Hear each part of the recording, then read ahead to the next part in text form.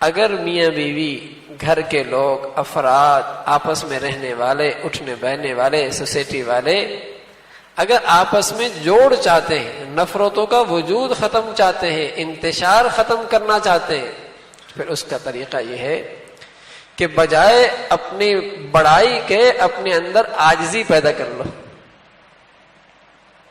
ہاں، اپنے کو نیچے کر لو. ہر شخص کو حرص ہے کہ میں بڑا نظر آؤں، میرا خیال رکھا جائے، میری واہ واہ ہو. یہ بیٹا میل سے کیوں نہیں پوچھتا، بیوی سے کیوں پوچھتا ہے؟ اسے یہ فکر لگی ہے، اسے یہ فکر ہے کہ اپما کے لیے کیوں لاتا ہے، میرے لیے کیوں کچھ نہیں لے کے آتا. بھائی کو یہ خیال ہے کہ یہ گھر میں کیوں مزے کر رہا ہے، میرا کیوں خیال نہیں رکھا جاتا. ہر شخص کو اپنی حرص ہے، اپنی بڑائی کی فکر ہے. تو اس کا علاج یہ بتایا کہ بھائی اپنے آپ کو جھکا لو، بلکہ دنیا کی حقیقت یوں اس دماغ میں لو کہ اس دنیا کے اندر اس کی فطرت میں تکلیف ہے. یہاں جو بھی آئے گا اسے تکلیف پہنچے گی.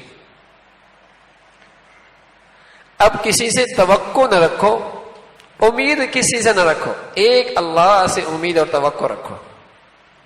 اور اگر تمہیں کسی کی طرف سے تکلیف پہنچتی ہے تو یہ خیال کر لو کہ دنیا کی فطرت میں تکلیف ہے، مجھے تکلیف پہنچ گئی. لیکن اگر کہیں سے بھلائی پہنچ گئی تو اللہ کا شکر ادا کرو کہ یہاں سے بھی جہاں مجھے امید نہیں تھی یہاں بھی خیر خائی ہو رہی ہے، یہاں سے بھی بھلائی ہو رہی ہے. ارے یہاں تو توقع ہی نہیں تھی. ہوتا کیا، اتنی توقع باندھی جاتی ہے کہ ذرا اونچ نیچ بھی برداشت نہیں ہے. اپنے خیال میں ایک جیسے کہیں کہ فہرست تیار کی ہوتی اپنے حقوق کی، کیوں آنے والی میرے گھر میں یہ بھی کرے گی، یہ بھی کرے گی. یہ ابے بھائی وہ نکرانی بن کے نہیں آ رہی، وہ بھی آخر کسی کی بیٹی ہے. ہاں، جیسے تمہاری بیٹیاں ہیں وہ بھی کسی کی بیٹی ہے، وہ نوکر بن کے تو نہیں آ رہی. لیکن توقعات اتنے کی رکھے جاتے ہیں کہ ذرا اونچ نیچ ہو اور برداشت نہیں. تو اس کی وجہ کیا ہے کہ ہر شخص کے اندر تکبر آ گیا، تواضع سے محروم ہے. فرمایا کہ جوڑ چاہتے ہو تو اپنے اندر عاجزی پیدا کرو. میری بات کیوں نہیں سنی گئی، ارے نہیں، توقع کیوں رکھ رہے ہو کہ تمہاری بھی سنی جائے؟ پھر شکایت بھی نہیں ہوگی، شکوہ بھی نہیں ہوگا. اس لیے فرمایا تواضع اپنے اندر پیدا کرو.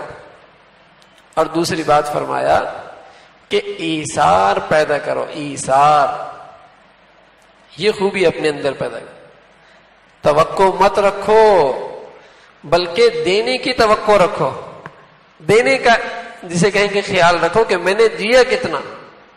یقین جانے اگر آج معاشرے کے اندر اخلاق کی یہ دو خوبیاں بھی پیدا ہو جائیں، ایثار اور تواضع، سارے نفرتیں چھٹ جائیں، سارا اختلاف چھٹ جائے، گھروں کا اجڑنا بند ہو جائے. یہ گھر جو بڑے بڑے گھر، ٹائلوں کے اور ایئر کنڈیشنوں کے کتنے خوبصورت گھر بنی ہوئی ہیں، یہ آج آگ کے جیسے کہیں کہ انگارے بنی ہوئی ہیں، یہ کانٹوں کے صحرا بنی ہوئی ہیں. اس لیے کہ نفرتوں نے ڈیرے ڈال لیے نا، نفرتوں نے ڈیرے ڈال لیے. اگر ہم انہیں پھر پھولوں کا گلشن بنانا چاہیں، راحت کی جگہ بنانا چاہیں، تو راستہ یہی ہے کہ اپنے اندر یہ وصف پیدا کرو، یہ اخلاق پیدا کر لیں کہ ہم ایثار کرنے والے ہوں، دوسروں پر کچھ دینے والے، دوسروں کے ساتھ خیر خائی کرنے والے. اگر یہ عورت بھی سوچ لے کہ میں نے اپنے میاں کے ساتھ خیر خائی کرنی ہے اور اپنی ساس کے ساتھ خیر خائی کرنی ہے، اور وہ بھی اسی انداز میں زندگی گزارے، ساس کہے میں نے ایک ساتھ خیر خائی کرنی ہے، تو یقین جانے دونوں کا کام بن جائے گا.